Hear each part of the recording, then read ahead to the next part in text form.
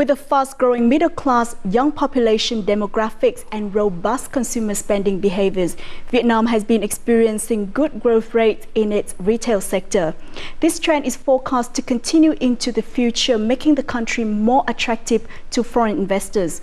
With the newly ratified EU-Vietnam Free Trade Agreement, or EVFTA, how will domestic retailers face a burden of rising competition in the market, and how can they change their strategies to better compete with foreign rivals in the EU?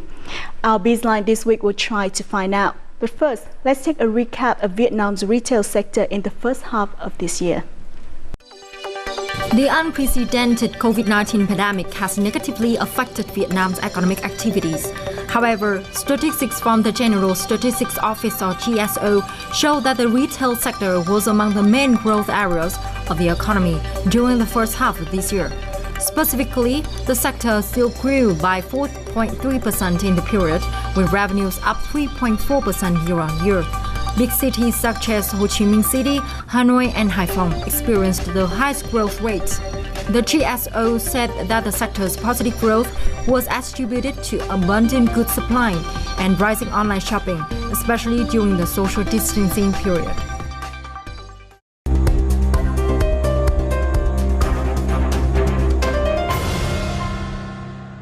In order to take a closer look into the topic, we invited to our studio today Mr. Duc Nguyen, Deloitte's Vietnam consumer industry leader. Thank you so much for joining us. Thank you. Thank you for having me here. First of all, how do you assess the retail sector during the recent times, especially amid the COVID-19 pandemic? From Deloitte Vietnam, we have done several research and analysis on Vietnam retail market. And we see that with the very good economic growth, retail market has been growing very fast in the last decade. With the population of nearly 100 million people, we also have 60% of that is young population from 18 to 50. So with that, the spending is increasing every year. So with the growth rate of about 10%, so we can very confident to say that Vietnam markets will be continue to grow and will be very potential for foreign investors in Vietnam. Even the impact of the COVID-19 has affected all the economies, especially in retail market. We still see that retail market is still one of the important economic pillar, and also it still receive a constant growth during this period. Now, how has the Vietnamese retail market been changing in the past decade or so? Well, if we look at the international retail markets, the current definition is about the supply chain. But those things has been changed and shift to the new thing that we see in meeting the demand of consumer and improving consumer experience in purchasing. So with that, we see the new model. They say that it's now shift from product metric into consumer metric. In that, consumer is center of all the supply chains and all the activities that retailers want to get on. Look back into Vietnam market, retail market, we see three trends. The first one, we see the higher competition from foreign players will come into Vietnam, especially with EVFTA. We expect that a lot of foreign players will come into Vietnam. They're going to expand the market, and also they're going to do the M&A, merge and acquisition, to get the market share and also to attract the new consumer to their retail chain. The second one we see is that even the Vietnam markets have grown and shift to e-commerce, but our analysis we still say that traditional distribution method, largely based on bricks and mortar channel, is still very important, and that change will still dominant in the future. So with our research, we see that 98% of the sale revenue still come from traditional brick and mortar models. Only 2% sale revenue for retail come from e-commerce or omni-channel. That trend, I think that we need to see few more years to see the effective on retail market in Vietnam. And the last one, of course, we talk a lot about digital transformation. So Vietnam cannot stay out of the game. Retailers in Vietnam have to get into that game, convert their domestic traditional brick and mortar method into the new one with e-commerce, with omni-channels, with online retailing, combined of delivering and also the payment with advanced payment as well. The Vietnamese retail market is in the process of restructuring. According to a survey by market research company Asia Plus, as of March this year, the number of supermarkets decreased by 12% compared to 2019.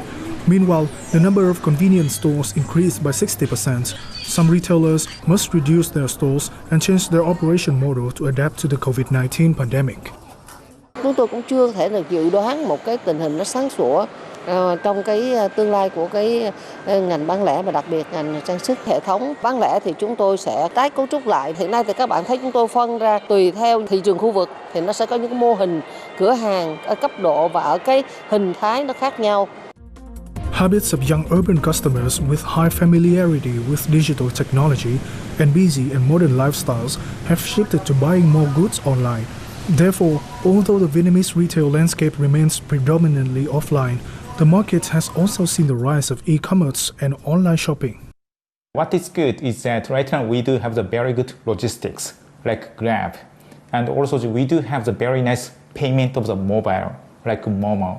So I still strongly believe that to have the physical store is a very important in Vietnam market.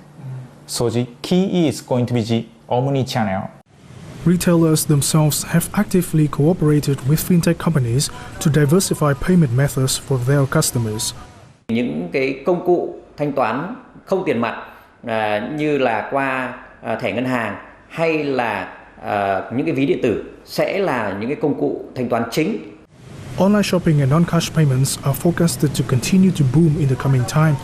Changing strategies to adapt such customer behaviors will help retailers better survive and develop during this restructuring period.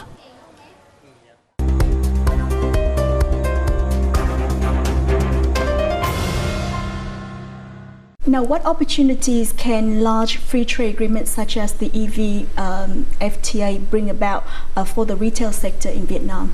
When we enter the EVFTA and working with EVFTA EU business partner, Vietnamese retailer will have ability to access to high quality products, internationally branded products with reduced tariff. Secondly, Vietnamese retailer can participate into the global production network and also supply chain worldwide as well.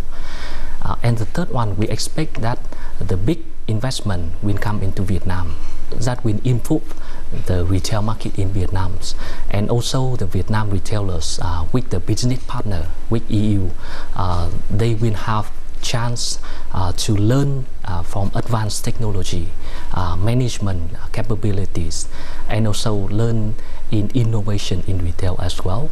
So that will bring benefits not only to retailers in Vietnam but also the consumer in Vietnam.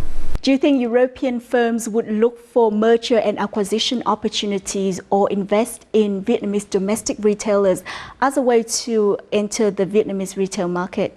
Well, actually, I can say they have two opportunities. The first one is like to cooperate with Vietnamese retailer who already have the experience in markets, who have knowledge in markets, and also the store chain in Vietnam as well. But that will create, somehow the requirement that both parties have to understand each other very much, and also they have to clear about the strategy in order to cooperate in the future. And that strategy must be in line with each other in order to be successful in that option. But the second option as well, we see that they can do the M&A with Vietnamese retailer in order to immediately enter into the market and immediately to get into the consumer. But that decision will pretty much based on how the Vietnam market is potential in the future, the growth of the retail market, and also the spending of consumer in Vietnam, because M&A is very big investment and they have to do analysis very deeply to understand, and they also need to understand the culture of Vietnamese consumer in spending, in choosing the products and preference in how they spending before they make decision on M&A transaction in Vietnam. Now, how much pressure will the domestic retail firms face in rising competition as a result from EVFTA? With the EVFTA, the commitment from Vietnam is that we will remove the barriers for market access and also the policy that favors local companies. So it means that we have open market to foreign players.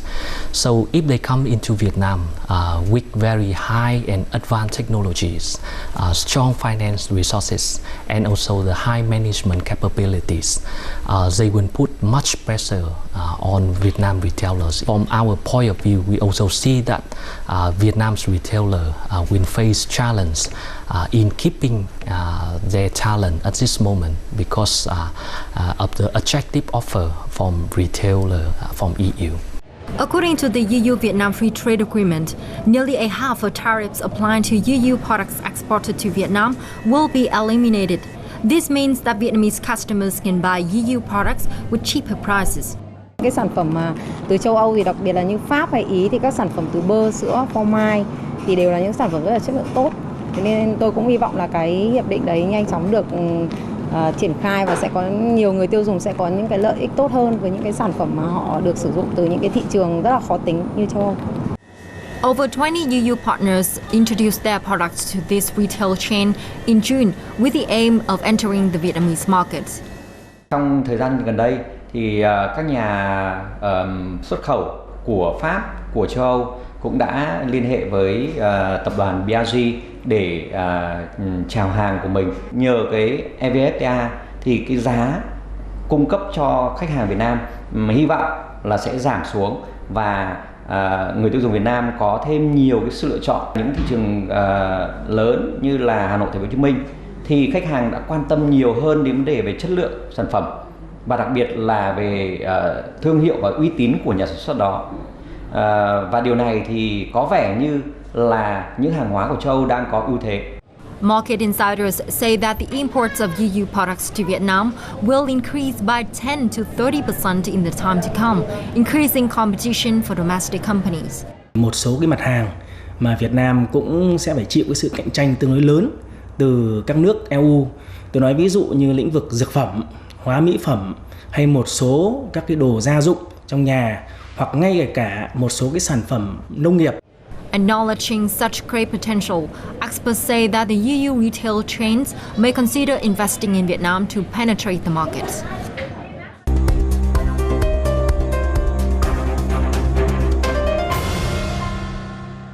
Now, which aspect of retail will face the greatest competition pressure and which one can become an advantage for domestic retail enterprises to develop niche markets?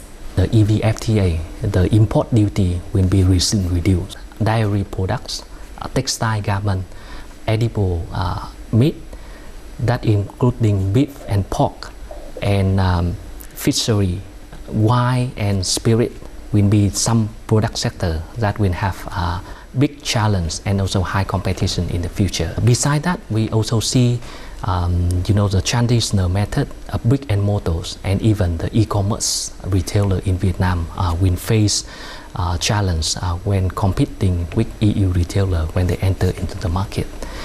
So if they want to focus on niche market, what we see the retailer in Vietnam should focus on their strength. What is the advantages at this moment?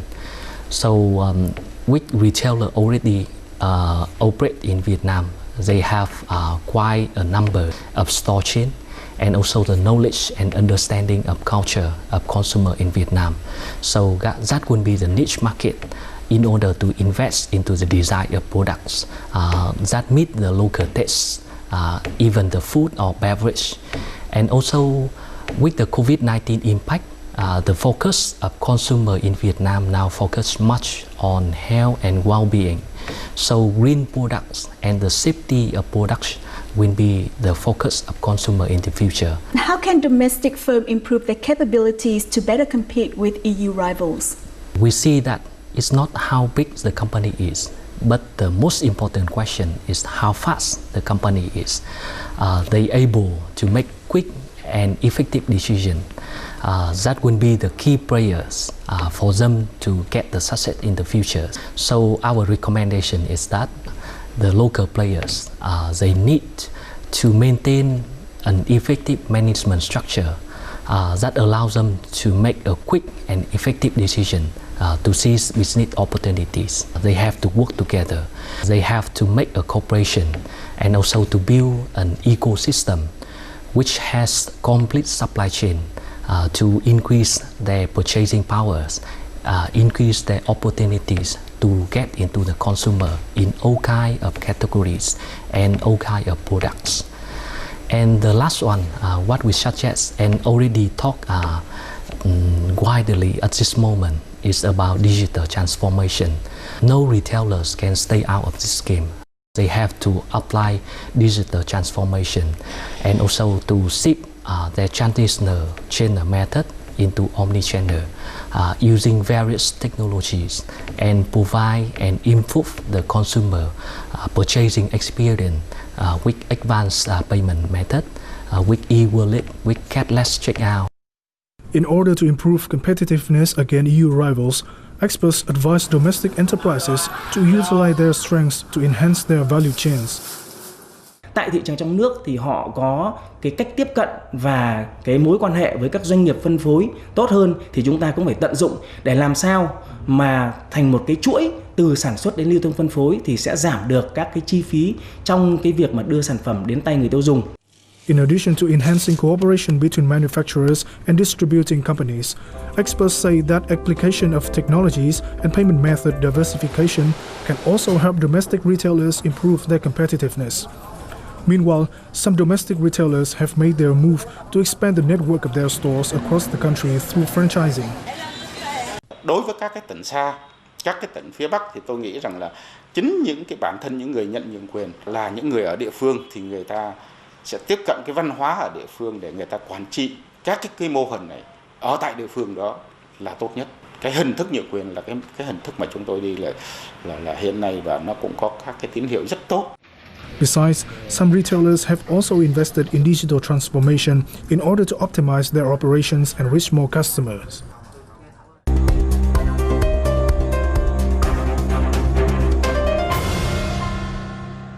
Mergers and acquisition is said to be an effective solution for domestic retailers to improve their competitiveness and also their capital, while franchising is to reduce costs and also expand their network. So what can you tell us about this trend? If we talk about mergers and acquisitions, this is really a high-level playground and also very expensive game. So if the retailer want to expand their market, they can choose to do M&A. But this M&A must be considered in various aspects, and they need to have enough information and also the deep analysis on the market. Of course, they need to work with reliable consulting firm to support them in M&A activities, because you're gonna spend a lot of money and expect the return in the future. In Vietnam report, we also see that the research saying the M&A is only the third rank in all the opportunities that retailer can apply to their business. The first one is still the supply chain optimization.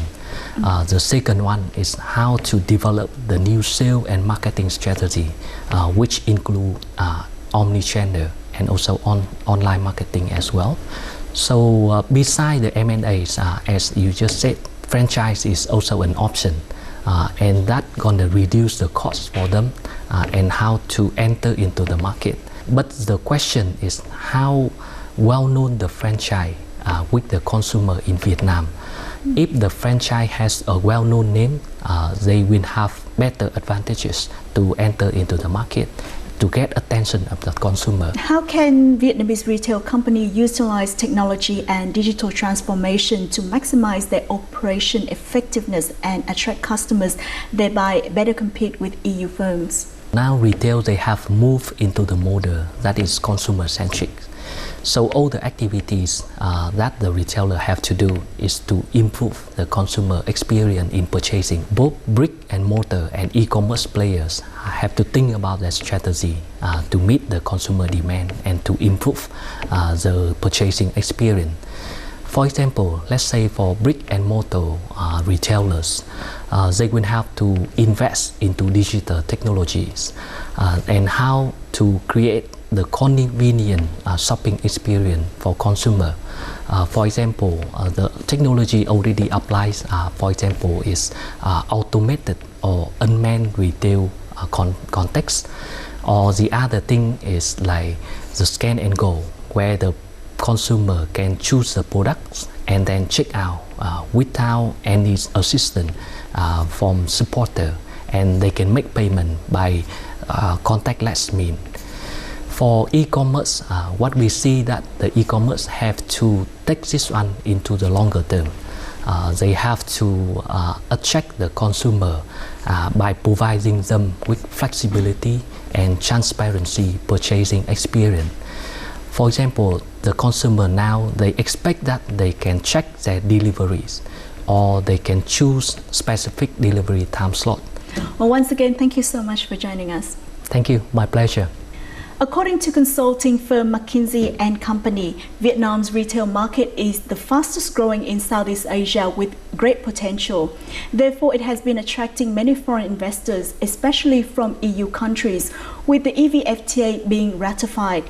Increasing technological application and innovating business strategies are set to help domestic retailers improve their own capabilities to not lose market shares to their foreign rivals, along with their own competitive advantage to well understanding the market. And that also wraps up this edition of Bizline. Feel free to log on to our official website at vtv4.vtv.vn or youtube.com